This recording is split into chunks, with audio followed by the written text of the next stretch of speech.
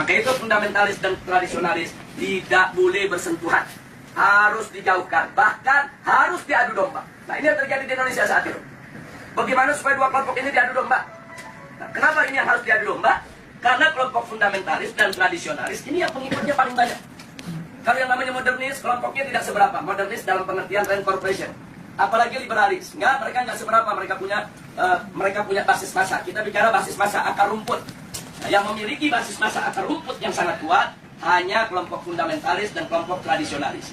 Maka itu kalau ini bersatu, ini akan menjadi satu kekuatan umat Islam yang maha dahsyat, yang bisa merontokkan kekuatan mereka, sehingga mereka akan melakukan berbagai macam upaya bagaimana dua kekuatan ini untuk tidak bersatu. Nah, itulah sebabnya aksi 212 di mata mereka ini merupakan persatuan antara fundamentalis dan tradisionalis dalam negara. Yang kedua, jangan pernah berikan ruang kepada kelompok fundamentalis di media-media resmi mainstream tingkat nasional. Yang ketiga, yaitu jangan pernah memberitakan segala kebaikan sebesar apapun yang dilakukan oleh kelompok fundamentalis. Yang berikutnya, setiap kesalahan sekecil apapun yang dilakukan oleh kelompok fundamentalis harus diviralkan, harus disebarluaskan, dan harus diulang-ulang. Nah, supaya itu melekat di hati masyarakat bahwa mereka adalah orang-orang yang tidak layak untuk diberikan tempat di kita punya negeri atau di negeri Islam. Nah, kemudian nggak sampai di situ.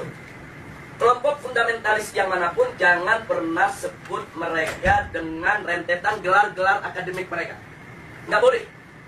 Apakah itu gelar-gelar kehormatan di tengah masyarakat atau gelar akademik, profesor, doktor, dan lain sebagainya. Jangan. Cukup sebut namanya aja untuk mengopinikan di masyarakat bahwa kelompok fundamentalis itu kuper, bodoh, tidak berpendidikan, tidak punya gelar, nggak ngerti dunia akademik, dan seterusnya. Jadi cukup sebut nama mereka, tidak perlu diberikan embel-embel yang lainnya. Nah, kemudian nggak sampai di situ.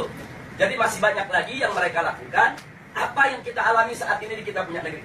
Nah, bagaimana para habaib, para ulama kita, bagaimana tokoh-tokoh kita di Majelis Ulama Indonesia, yaitu mereka kecilkan, mereka lecehkan, mereka hina-hina. Bahkan mereka mencoba mencari kesalahan-kesalahan. Bahkan kalau nggak ada kesalahan, ya buatlah fitnah-fitnah yang bisa diterima oleh masyarakat tentang mereka. Dan ini akan mereka lakukan terus. Jadi artinya bagaimana cara menghabisi kelompok fundamentalis? Satu, kecilkan mereka. Dua, jauhkan mereka dari masyarakat. Kemudian ketiga, yaitu bidik daripada para tokohnya. Kalau bisa dirangkul, dirangkul. Kalau nggak bisa dirangkul, dipukul. Bisa dipeluk, dipeluk. Nggak bisa dipeluk, digebuk. Nah, jadi ini yang mereka lakukan. Nah, baik, sekarang yang kedua. Lalu bagaimana dengan kelompok modernis? Kelompok modernis bagi mereka yaitu statusnya aman. Bagi mereka statusnya aman. Aman, statusnya aman, sehingga perlu diberikan ruang. Diberikan ruang publik, diberikan ruang media, diberikan ruang dalam sistem pemerintahan, perlu didengar suaranya. Dan kalau ada dari mereka yaitu punya kesalahan, tutup itu kesalahan, jangan diviralkan. Kalau mereka melakukan kebaikan, sekecil apapun kebaikan, maka itu harus diviralkan dan harus disebarluaskan. Dan penyebutan nama mereka harus lengkap dengan segala macam rentetan gelarnya, gelar kehormatannya, dan seterusnya, dan seterusnya. Jadi posisi mereka dianggap aman. Nah, kemudian yang ketiga, kelompok liberalis. Kelompok ini mereka berikan status sangat aman. Nah, kenapa diberikan status sangat aman? Karena kelompok ini bukan hanya sekedar dianggap kawan, tapi sudah dianggap sebagai antek. Beda kawan dengan antek. Kalau modernis itu masih kawan barat, tapi kalau sudah liberalis itu antek barat. Nah, jadi mereka sudah tidak ada nilai kritis sama sekali. Nah, tapi justru kelompok ini yang mereka besarkan. Kelompok ini harus dibesarkan di seluruh negeri-negeri Islam. Jadi bagaimana caranya kelompok ini bisa berkembang? Berikan ruang, berikan finansial, berikan tempat, berikan kesempatan di media, di TV, di radio, di surat kabar, dan lain sebagainya. Kemudian pendapat-pendapat mereka viralkan, seolah-olah itu merupakan pendapat daripada masyarakat Islam internasional, dan seterusnya. Dan libatkan mereka, undang mereka, kalau ada konferensi-konferensi internasional di mana saja, untuk lebih memantapkan posisi mereka di tengah masyarakat. Dan kalau mereka punya kejelekan, sejelek apapun, sebesar apapun, yaitu supaya disembunyikan. Jadi jangan kaget kalau tokoh-tokoh liberal di Indonesia ada di antara mereka yang menghamili sekretarisnya, yang memperkosa pegawainya, tidak pernah muncul di media.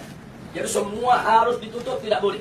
Tapi kalau mereka melakukan kebaikan sekecil apapun, maka kebaikan itu harus terus, yaitu dieksplorasi, untuk kemudian diviralkan, disebarluaskan ke mana-mana.